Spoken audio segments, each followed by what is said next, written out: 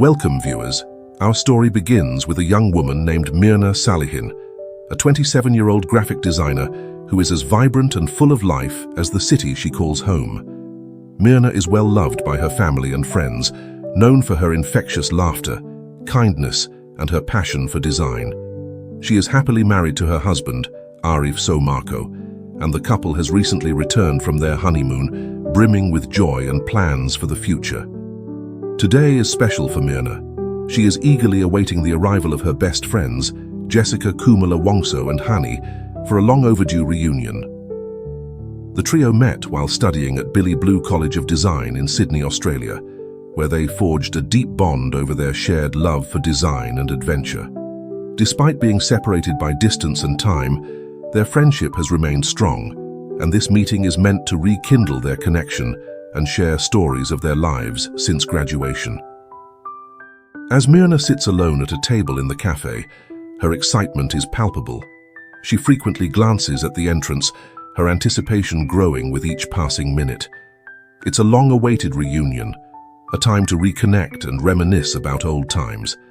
The cafe, with its cozy interior, dim lighting, and the aroma of freshly brewed coffee, provides the perfect backdrop for their gathering. At 5:16 p.m., the moment finally arrives. Jessica and Hani walk into the cafe, greeted with warm hugs and excited chatter. Jessica, a 27-year-old graphic designer like Mirna, exudes confidence and charm. She has recently moved back to Jakarta after living in Australia for several years, where she worked in the design industry. Hani, the third member of their trio, is equally excited to catch up with her friends. The three women settle into their seats, and the air is filled with the aroma of freshly brewed coffee. They order their drinks, with Mirna opting for her favorite, an iced Vietnamese coffee, a drink she has always enjoyed on hot Jakarta afternoons. The friends begin their conversation, exchanging stories about their lives, careers, and future plans. Laughter echoes through the cafe as they relive fond memories from their school days, recounting tales of late-night study sessions, adventures in Sydney, and their dreams for the future. The atmosphere is light and carefree, but beneath the surface, an ominous undercurrent lurks, unbeknownst to Mirna and Hani. As Mirna takes a sip of her iced coffee, her expression suddenly changes. Her brows furrow, and she comments on the strange taste of the drink. "This coffee isn't good at all," she remarks, her voice tinged with disappointment. At first, her friends brush off her comment as a simple preference, but Mirna's discomfort escalates rapidly. Within moments, she clutches her throat, her eyes wide with panic. A burning sensation spreads through her mouth and she struggles to breathe. Her body convulses violently, sending shockwaves of alarm through the cafe. Panic ensues as Hani frantically calls for help, her voice trembling with urgency. Jessica, however, stands by, seemingly frozen, her expression unreadable. The cafe manager rushes over, splashing water on Mirna's face in a desperate attempt to revive her. The once lively cafe now descends into chaos, with patrons watching in horror and confusion. In the midst of the commotion, a bystander questions what was mixed into the coffee, casting suspicion on the cafe staff. The manager, taken aback by the accusation, swiftly removes the coffee from the table, but the damage is done. As the ambulance arrives, Mirna is rushed to the hospital, leaving behind a trail of fear and uncertainty. Her family, her father, sister, and husband, are notified, their hearts heavy with worry. In the sterile halls of the hospital, doctors work tirelessly to save her life. Despite their best efforts, tragedy strikes. At 6:30 p.m., Mirna is pronounced dead, her vibrant life cut short in a matter of hours. Her family's world is shattered. They are left grappling with disbelief and overwhelming grief. The loss of Mirna is not just the loss of a daughter, sister, and wife. It's the loss of a promising young woman whose future was bright and full of possibilities. The initial cause of death is reported as respiratory failure, but Mirna's father, overwhelmed with anguish, is unconvinced. Mirna had never exhibited any health issues before, and he cannot shake the feeling that something sinister is at play. He becomes suspicious of Jessica, who had arranged the coffee meeting. Could it be possible that Jessica had something to do with this? Fueled by suspicion and a desperate need for answers, Mirna's father files a complaint with the police, urging them to investigate the circumstances surrounding his daughter's sudden death. The police launch a comprehensive investigation, gathering evidence from the cafe. They meticulously test the remnants of Mirna's coffee and make a chilling discovery.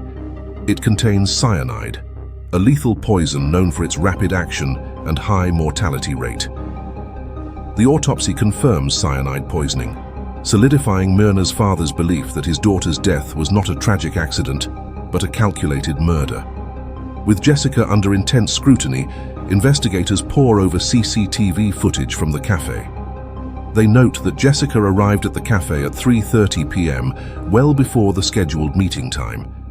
She briefly interacts with the staff, instructing them to prepare an iced coffee and 2 cocktails at her reserved table, before leaving and returning at 4:14 p.m. with shopping bags in hand. Jessica's early arrival and the strategic positioning of the shopping bags obscure the view of the table, leaving investigators without a clear view of the events that transpired. Despite the lack of direct evidence, Jessica's demeanor during Mirna's distress raises eyebrows. Unlike Hani, who was visibly distressed and caring for Mirna, Jessica appears detached, standing by without displaying concern. This behavior doesn't go unnoticed by the cafe manager, who recalls Jessica's presence during the incident. Her calm demeanor and lack of reaction further deepen the suspicions against her. The investigation intensifies, and Jessica's early arrival at the cafe becomes a focal point. The police speculate whether Jessica's actions were premeditated. Did she scout the cafe for cameras to ensure she wouldn't be seen tampering with the drinks? As the days pass, the media catches wind of the case, and it becomes a national sensation. Headlines scream of betrayal and intrigue, capturing the public's attention. Social media buzzes with theories and accusations, as everyone becomes an armchair detective, dissecting every detail. As 23 days pass, Jessica is arrested and interrogated. She maintains her innocence, denying any involvement in Mirna's death. Her interviews, broadcasted on national television, show her calm and composed demeanor, even smiling when asked if she killed her friend. This behavior fuels public suspicion, as many question how someone accused of such a heinous crime can remain so unfazed. Despite public opinion leaning towards her guilt, the police lack concrete evidence to definitively prove her culpability. They continue their investigation, exploring all possible angles in search of the truth. Enter Otto Hasibuan, a renowned lawyer with a reputation for winning high-profile cases. His involvement changes the dynamics, putting pressure on the prosecution. Otto challenges the evidence, pointing out flaws in the investigation. He questions the validity of the autopsy report, noting that Mirna's father had declined a full autopsy. Only a small sample from Mirna's stomach had been tested, revealing 2 milligrams of cyanide, far less than the lethal dose expected if cyanide poisoning were the sole cause of death. Otto argues that Mirna's symptoms could be attributed to a stroke rather than poisoning. This claim throws the courtroom into turmoil, as the lack of a full autopsy leaves a gap in the evidence. The prosecution counters with the assertion that the coffee contained 7,600 milligrams of cyanide, based on the drink's composition and Mirna's reaction. They argue that the damage to Mirna's throat and mouth aligns with cyanide poisoning. However, Otto points out an inconsistency. The cafe manager had tasted the coffee, reporting only a change in color, not the deadly effects of cyanide exposure. If such a large quantity of cyanide had been present, it should have affected others in the cafe. This revelation casts doubt on the prosecution's claims. Despite the defense's success in undermining the evidence, Indonesian law allows for conviction based on the judges' and lawyers' beliefs about guilt, even without irrefutable proof. As the trial progresses, Mirna's lawyers focus on establishing Jessica's motive. They delve into Jessica's past, uncovering a troubled history in Australia. Jessica had 5 previous charges, including attempted suicide and driving under the influence. These incidents paint a picture of instability and raise questions about her character. Further investigation reveals a possible motive rooted in jealousy. Jessica and Mirna had been close friends since school, even studying together in Sydney, Australia. However, their friendship soured when Mirna advised Jessica to leave her boyfriend, Patrick O'Connor, due to his infidelity. Jessica perceived Mirna's concern as interference, leading to a rift between them. This personal vendetta, combined with Jessica's emotional turmoil, could have been the driving force behind her actions. The prosecution presents this motive in court, constructing a narrative of revenge.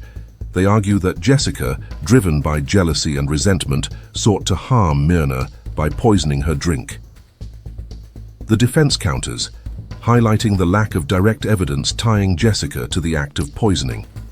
They emphasize that the circumstantial nature of the evidence leaves room for doubt. As the trial unfolds, it becomes a battle of wits between the prosecution and defense, each side presenting compelling arguments. Throughout the proceedings, Jessica remains stoic, her demeanor unwavering. Her lack of emotional response becomes a focal point for public speculation. Some view it as a sign of guilt, while others perceive it as a coping mechanism for stress. The media circus surrounding the trial amplifies these perceptions, influencing public opinion. As the judges deliberate, the nation holds its breath, awaiting the verdict. The case has captivated Indonesia, with people from all walks of life following every twist and turn. After months of legal battles, the verdict is announced on October 27, 2016. Jessica is found guilty of premeditated murder and sentenced to 20 years in prison. The judges cite her early arrival at the cafe and her lack of concern during Mirna's distress as key factors in their decision. While the verdict brings closure to Mirna's family, it leaves lingering questions about the intricacies of the case. The trial has highlighted the complexities of the legal system, the challenges of relying on circumstantial evidence, and the power of media influence. The story of Jessica Wongso serves as a reminder of the fragility of trust and the devastating impact of betrayal. It underscores the need for vigilance in seeking justice and the importance of thorough investigations. As we reflect on this chilling tale, let us remember Mirna Salihin, a young woman whose life was tragically cut short. Her legacy lives on in the hearts of those who knew and loved her, and her story serves as a cautionary tale about the darkness that can lurk behind even the closest friendships. Thank you for joining me on this exploration of a real-life crime that shook a nation. If you found this story intriguing, please like and subscribe for more true crime stories and analyses. See you next time as we continue to uncover the mysteries that lie beneath the surface of everyday life.